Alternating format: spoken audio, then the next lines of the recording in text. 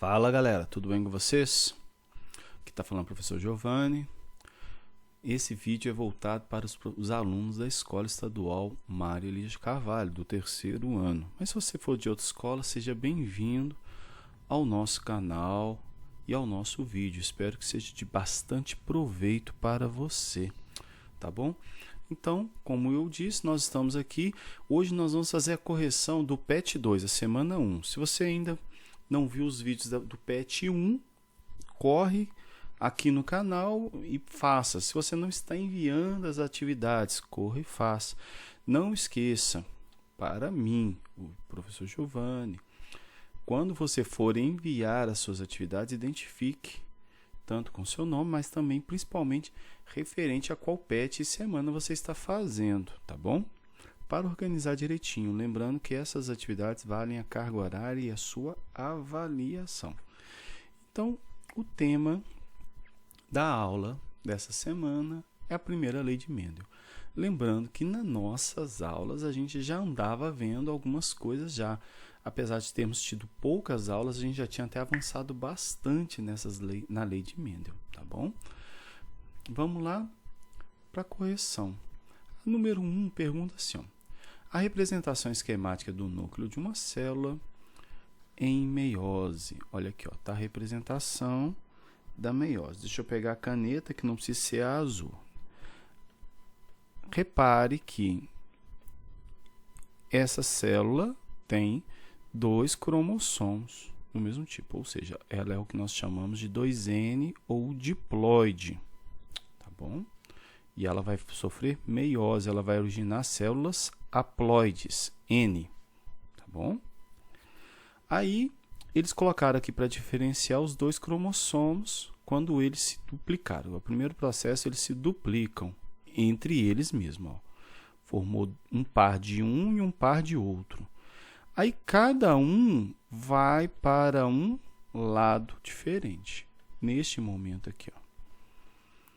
Então, as células que são originadas a partir daqui só tem esse alelo, e as que são originadas a partir daqui só tem esse alelo, tá?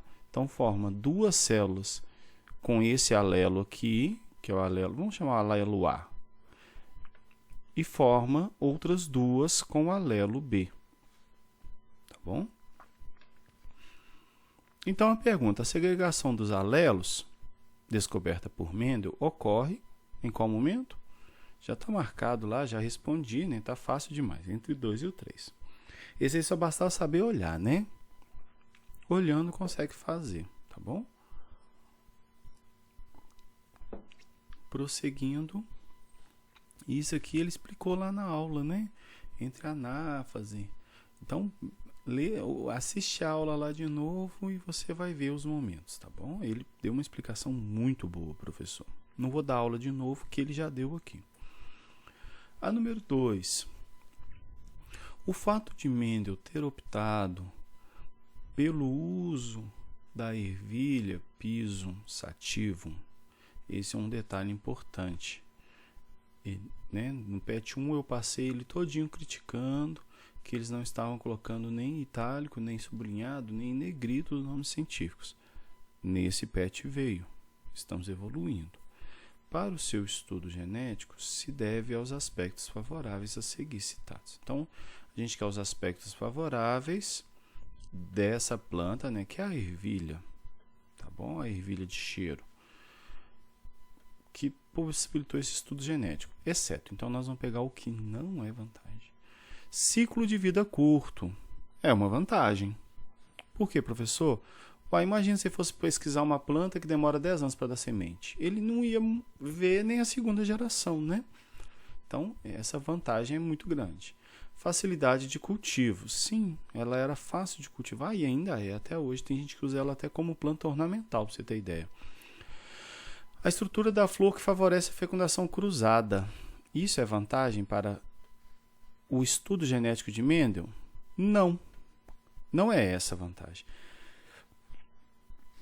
A estrutura da flor favorece a autofecundação, tá? Então, a gente já tem a resposta errada, né? A resposta que a gente tem que marcar. As variedades facilmente identificáveis por serem distintas, né? Não tinha um meio do caminho, ou era lisa ou era rugosa, ou era verde ou era amarela. Não tinha a meio rugosa e nem a verde amarelada ou amarela esverdeada. Não tinha, só tinha as duas possibilidades, né? E um alto índice de fertilidade nos cruzamentos de variedades diferentes. Então, funcionava, né, fazer a fecundação. Então, não é a fecundação cruzada, tá bom? Porque ele utilizou, inclusive, a autofecundação muito.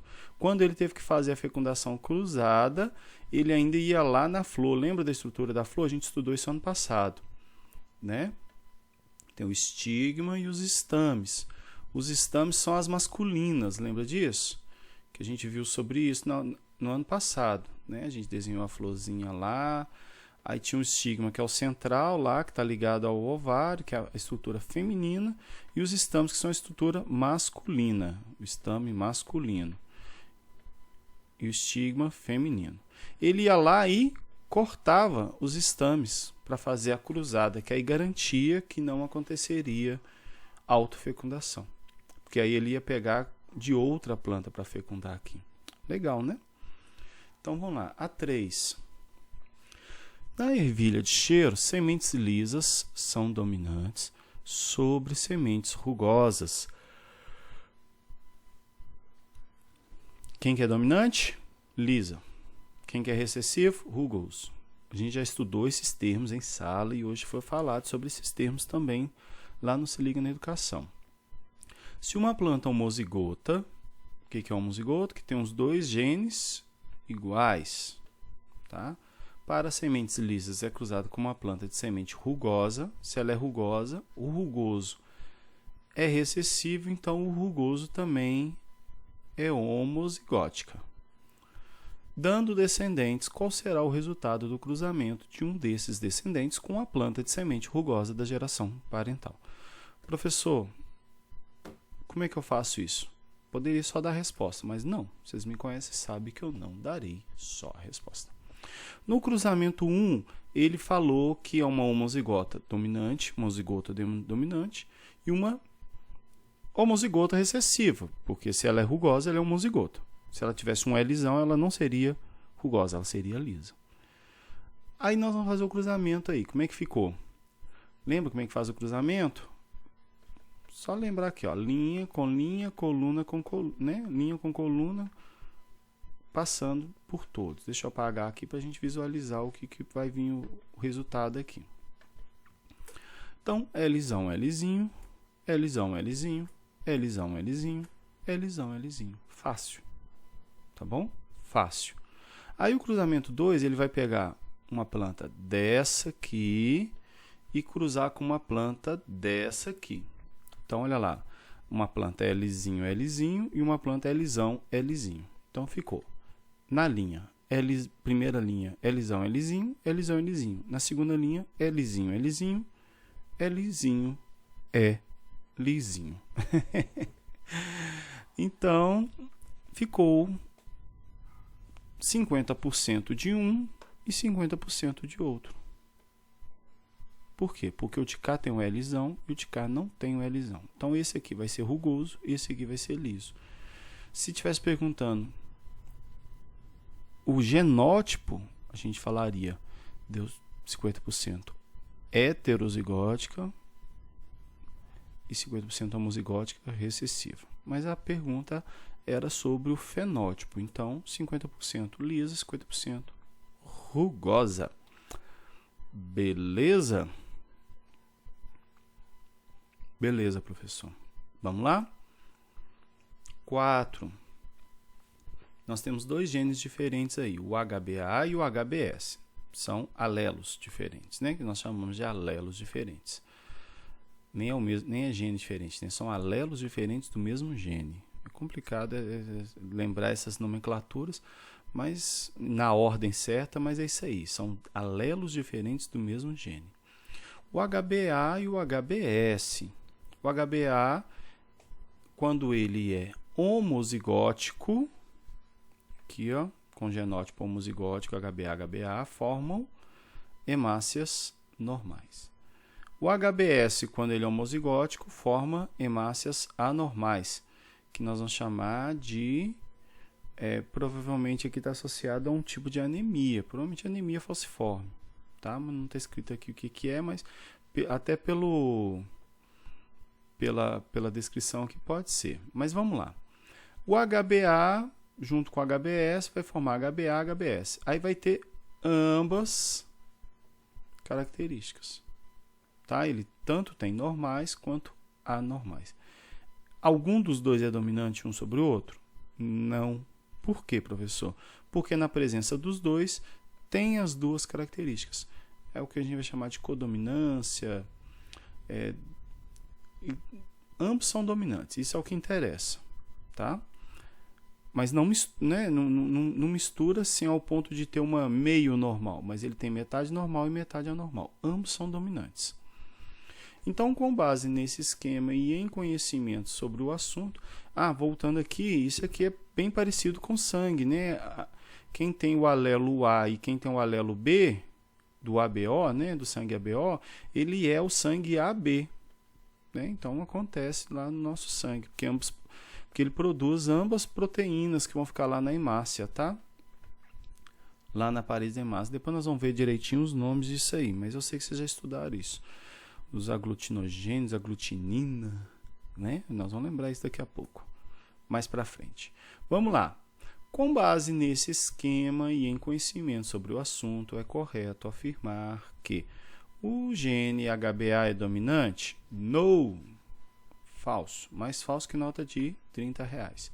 Os indivíduos HbA, HbS e HbS devem apresentar os mesmos níveis de hemoglobina anormal. Tá certo? Não. Por quê? Vamos supor que ele produz 50 hemácias com 50 hemoglobinas lá dentro. Esse aqui ele vai produzir 50 e 50. Esse aqui produz 100. Então não é o mesmo nível. Está errado. Os indivíduos que produzem só hemácias anormais podem ser curados por meio de transfusão sanguínea. Olha essa palavrinha que ela é mágica para nós. Curado? Não vai ser, não.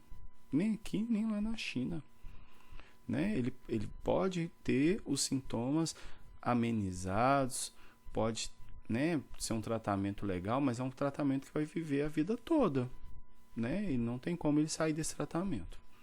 Então sobrou já, né, um determinado genótipo pode produzir diferentes fenótipos. Por quê? Olha aqui, ó. Esse aqui ele produz tanto normal quanto anormal. Então ele tem 2 fenótipos, tá bom? 2 fenótipos. Vamos lá? Número 5. Aí, chegou o número 5, que deu polêmica lá, que teve gente que embolou tudo, porque ela é aberta. Essa aí é da UFMG na época que tinha a segunda etapa do UFMG com prova aberta. Eu sou desse tempo. Eu até prefiro a prova aberta, porque se você sabe mais ou menos, você consegue tirar mais ou menos, né? Mas enfim, vamos lá. Os fenótipos dos descendentes F1 observados nos cruzamentos 1 e 2 permitem concluir o tipo de herança do caráter albino. Dê o nome desse tipo de herança. Vamos lá para aqui, ó, cruzamento 1 e 2. Eu vou falar do 3 de uma vez aqui, de uma vez, tá? Então, o cruzamento 1, nós vemos que ambos são pigmentados, certo? E pode gerar tanto pigmentado quanto não pigmentado, o albino, tá? Então, eu posso chegar à conclusão que se gerou um fenótipo diferente, aqui, ó, isso é regra, tá? Grava isso. Surgiu um fenótipo que não estava nos pais, significa que esse fenótipo era recessivo. De cara eu já te digo isso, tá bom? Ele era recessivo. E aí a gente pode concluir também que os pais eram heterozigotos. Por quê? Porque o recessivo só vai manifestar quando tem 2 recessivos. Então ele tem que herdar um recessivo do pai e um recessivo da mãe. Beleza? Beleza, professor. Fácil, né? Tranquilo. No cruzamento 2, a gente vê que eles são homozigotos já, né? Que a gente já falou. Por quê? Porque ambos albinos geram albinos. Então, eles são homozigotos. Se a gente já concluiu aqui que ele é recessivo, então a gente conclui que é homozigoto recessivo. Tá bom?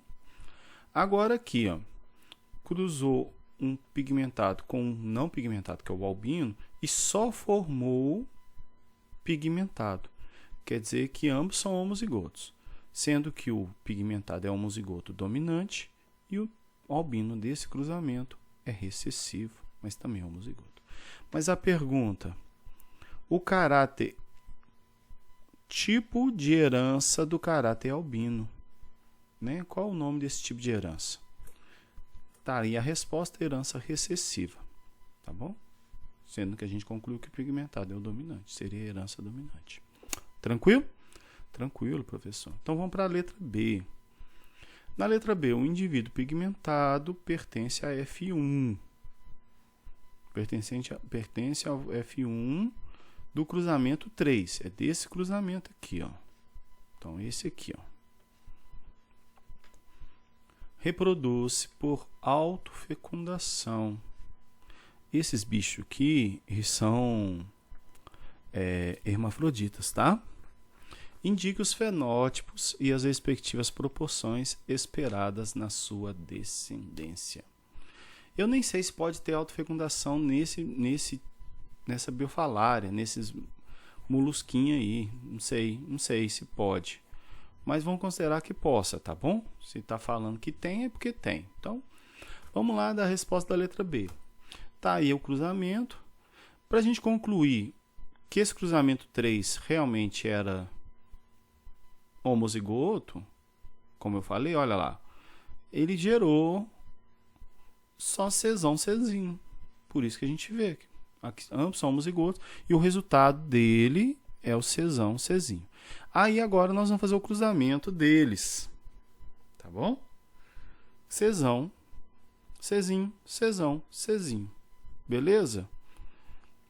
Aí ele pode encontrar, ó, Czão, Czão, Czão, Czinho, Czão, Czinho, Czinho, Czinho. Essa é a possibilidade. Então, nós vamos ter 3 pigmentados para 1 não pigmentado. Qual que é a pergunta? Indique os fenótipos e as respectivas proporções esperadas na sua descendência. Então, o fenótipo. Quais são os fenótipos? Pigmentado e albino. O pigmentado vai dar 3 para 4, 3 quartos. E o albino, 1 quarto. Beleza? Essa é a resposta. Tá bom? Então, o pigmentado, 3 quartos. E o albino, 1 quarto. Tranquilo? Tranquilo. Então, vamos lá para a letra C. Por meio de um processo de fecundação cruzada, observou-se no molusco Bionfalaria o fenômeno esquematizado a seguir. Olha o que acontece nesse momento aqui, gente. Presta atenção. Esse aqui é muito estranho o que acontece aqui e a gente vai ter que saber. Na época, quem fazia a prova tinha que saber isso, tá? Às vezes pode acontecer de cair alguma prova que você tem que saber, mas vamos entender. Vamos lá. Aí, o fenômeno esquematizado a seguir, olha lá. O fenômeno, o indivíduo A manda o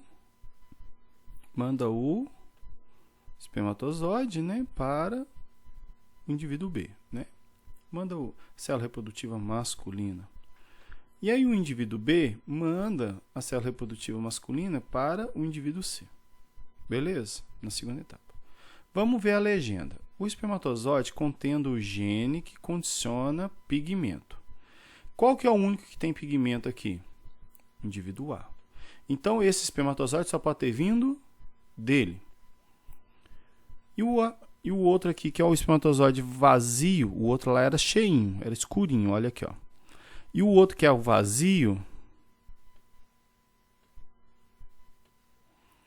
é o que contém o gene que não condiciona a reprodução de pigmento. Pode ter vindo tanto desse quanto desses. Mas tem um detalhe. O indivíduo B, que é albino, está mandando do espermatozoide que tem o pigmento. Vamos ver as duas perguntas aqui. A pergunta 1, C1, né? Cite os fenótipos que são esperados na descendência resultante da autofecundação do indivíduo. 100% de albinos. É o que é esperado na autofecundação. De que indivíduo, gente? Do indivíduo C, né? Que a gente está falando. Está esperando 100% albino. Esse aqui, ó, se ele se autofecundar, né? Ou se esse aqui se autofecundar, ou se esse aqui se autofecundar, daria 100%. Agora, esse aqui não daria, né? Agora, no indivíduo B, por isso, agora que eu vi a letra B, o indivíduo B, se ele se autofecundar, esse aqui, ó, se ele se autofecundar, ele vai dar 100% albino, porque ele é albino, tá? Ele só tem gene albino, ele só tem Czinho e Czinho. E a C2 pergunta assim, o aparecimento de indivíduos pigmentados na descendência do indivíduo C evidencia que, diferentemente da maioria dos outros seres vivos, existe um aparelho reprodutor desses moluscos, um órgão com função específica. Explicite a função desse órgão. O que eu estava falando lá, dando destaque para vocês, ó? O que eu estava dando destaque para vocês? Cadê a bolotinha aqui, ó? Esse indivíduo C aqui, ele vai ter pigmentado. O B também, né? Porque o B mandou pigmentado para lá, para cá. Aí a pergunta é essa descendência que pegou do B, né? Tem os indivíduos pigmentados. Mas quem mandou o espermatozoide para ele é o B, que é albino, que é Czinho. Então, a gente chegou à conclusão lá que tem um órgão especial, né? Muito claramente aqui a gente vê na figura que ele, na verdade, mandou o espermatozoide desse aqui, tá bom? Então, o que nós podemos concluir? Como é que é o nome desse órgão? Um órgão denominado espermateca, ou receptáculo seminal. Né? Ele armazena espermatozoides recebidos de um outro indivíduo. Ou seja, ele guardou aquele espermatozoide do indivíduo pigmentado. Só que quando ele foi mandar as células reprodutivas dele, ele acabou mandando a que ele tinha recebido também. Entendeu a ideia? Vamos dizer assim, ele guardou o esperma do outro, tá? Na espécie humana não existe isso, tá bom, gente? Não fica pensando, ilusionando coisas loucas aí na sua cabeça, não. Nesse bicho aí tem, tá bom? Principalmente porque eles são hermafroditas, né? Questão 6. O gene autossômico que condiciona pelos curtos no coelho. Pelos curtos. Então, pelos curtos no coelho é dominante. Beleza? Em relação ao gene que determina pelos longos. Então, pelos longos é recessivo. Do cruzamento entre coelhos heterozigotos, se ele é heterozigoto, ele tem tanto dominante quanto recessivo. Nasceram 480 coelhinhos, dos quais 360 tinham pelos curtos. Entre esses coelhinhos de pelos curtos, calcule o número esperado de indivíduos heterozigotos. Vamos primeiro ver a ideia do cruzamento. Vou colocar o gene dominante Pzão e o recessivo Pzinho. Se os coelhos são heterozigóticos ou heterozigotos, eles são Pzão, Pzinho ambos, né? E aí a gente tem essa descendência. O Pzão, Pzão, Pzão, Pzinho, Pzão, Pzinho, Pzinho, Pzinho. Tranquilo? Olha lá, eles são heterozigóticos. E a gente fazendo os cruzamentos aqui, dentro das linhas com colunas, deu um Pzinho, Pzinho, 2 Pzão, Pzinho e 1 Pzão, Pzão. Então, dentro da proporção genotípica, que é o genótipo, nós temos lá o Pzão com 1/4, o Pzinho com 2/4 e o Pzinho com 1/4. Ou seja, 25%, 50% e 25%. E aí nós temos, dentro de 480 coelhinhos, que foram da descendência, é só a gente multiplicar, né? Lembrando, 480 divide por 4, multiplica por 1, 120. Dividido por 4, vezes 2, 240. Divide por 4, vezes 1, 120. Quantos são heterozigotos? É esperado. Quer dizer que vai dar certinho? Não, mas vai dar perto, tá? Não dá muita variação, não. Então, 240 indivíduos heterozigotos. Deixa eu apagar aqui que eu marquei a resposta nesse aqui. Então, nós temos Pzinho, 240. Beleza? Tranquilo? Vamos para a questão 7.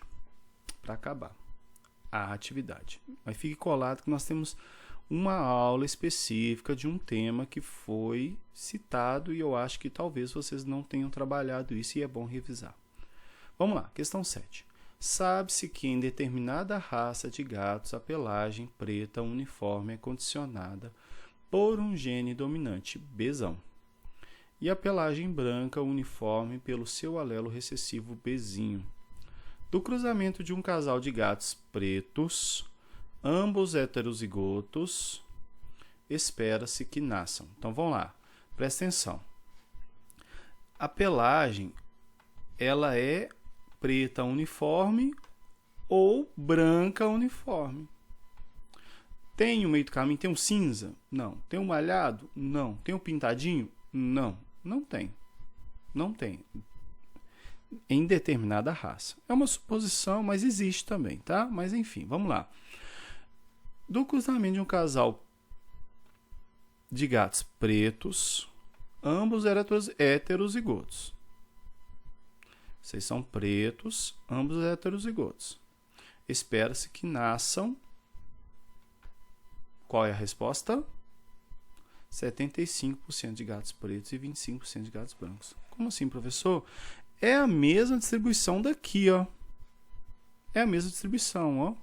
Então, vai dar isso aqui tudo de preto e só isso de branco. Então, é 3/4 de preto e 1/4 de branco. Então, 75% e 25%. Beleza? Creuza. Então, tá bom.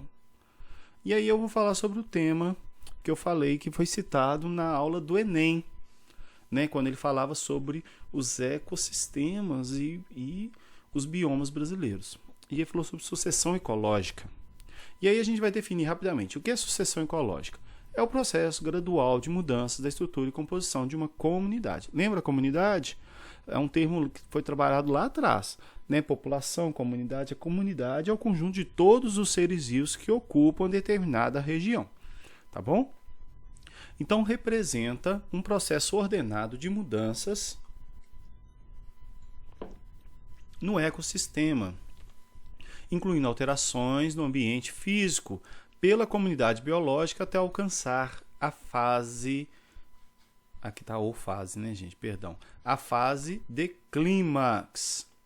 Nós vamos ver daqui a pouquinho que é clímax, tá? Fase clímax, em resumo, é o máximo, tá?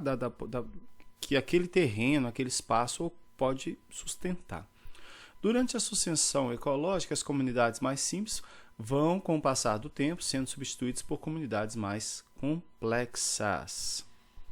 Tá? Tende sempre a ter comunidades mais complexas. Lembrando que essa aula estava falando sobre bioma. E a Caatinga, apesar de não estar toda coberta, é uma comunidade complexa. Deu para entender a ideia? Não significa que necessariamente todos os terrenos vão caminhar para uma floresta, porque tem as condições de solo e outras coisas, né? De água. A sucessão ecológica passa por 3 fases. A ecese, a seral, ou série, também pode ser chamado de série, e clímax. Tá aí a representação delas. A ecese é essa fase, né, da rocha nua indo aprofundando. A série é quando o solo já tem uma certa profundidade grande. E a clímax, né, quando a vegetação já está estabelecida para a disponibilidade de água, de sol, de calor, de nutrientes daquele solo específico. Beleza? Então, a ecese representa a comunidade pioneira, são os primeiros organismos a se instalarem no ambiente, como líquens, gramíneas, insetos, fungos, pode também musgos, né? Pode ter muitas briófitas, né? nesse processo aí da ecese, tá bom? A ceral é a comunidade intermediária representada pela vegetação de pequeno porte, né? Arbustiva e herbácea. Os matinhos, as plantinhas baixas, essas coisas todas. Nessa fase ocorrem mudanças significativas na comunidade. Porque a partir daí começa a vir a última fase, que é a fase que é o clímax, né? A comunidade estabilizada. A comunidade atinge elevado número de espécies, os nichos ecológicos são ocupados e apresenta grande quantidade de biomassa. O máximo que aquele terreno possa possuir, tá bom? E aí a comunidade tende a evoluir até o clímax, quando é formada por populações em equilíbrio com o meio. Se aquelas populações que estão lá não estão em equilíbrio com o meio, ou seja, não estão adaptadas para aquele local, ela não vai para o clímax, né? Ela estará em mudança ainda, ok? Então, nós temos aqui mais uma slide de texto. Vamos lá, para a gente terminar essa ideia. Conforme as forças que direcionam o processo, a sucessão pode ser dos seguintes tipos. Olha lá, ela pode ser autogênica, porque ela é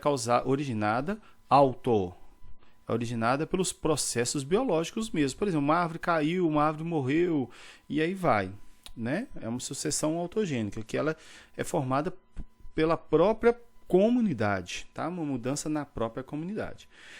Já a sucessão halogênica é externa, né? Ou seja, ocorrem mudanças de forças externas ao ecossistema, à comunidade, né? Como, por exemplo, uma grande tempestade, um furacão, um incêndio, né?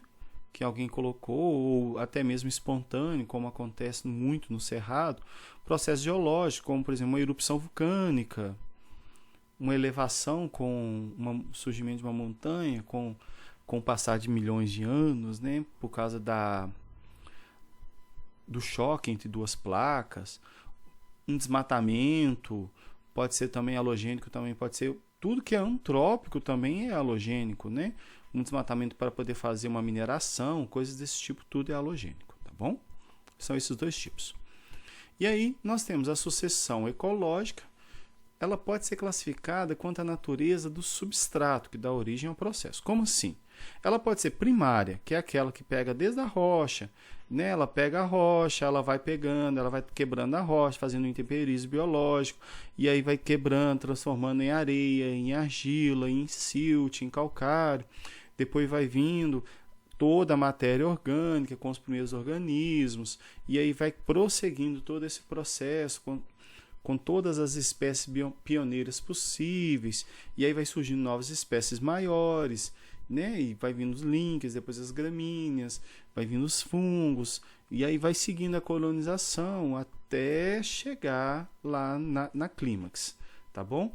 E aí eles vão causando várias modificações, vai reduzindo, né, a temperatura do solo, vai contribuir para a estabilização daquele solo, e aí vai crescendo, vai povoando, vai aumentando.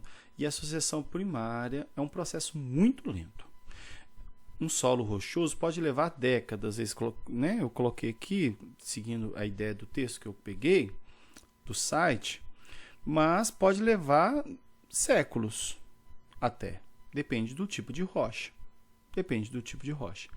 Mas ainda mais para poder abrigar arbustos e herbáceas, né? Depende do tipo de rocha, depende do tipo de ação geológica que aconteceu ali, então tem todo um processo. E aqui tem um slide que eu trouxe do material do 6º ano, que está falando sobre essa formação do solo, né? toda essa degradação que vai acontecendo até conseguir formar todos os horizontes para poder ter, né, plantas um pouco maiores, né? Isso aí pertence a essa sucessão primária. A outro tipo é a sucessão secundária, que ela vai ocorrer quando acontece um desmatamento de uma região já pré-existente, né?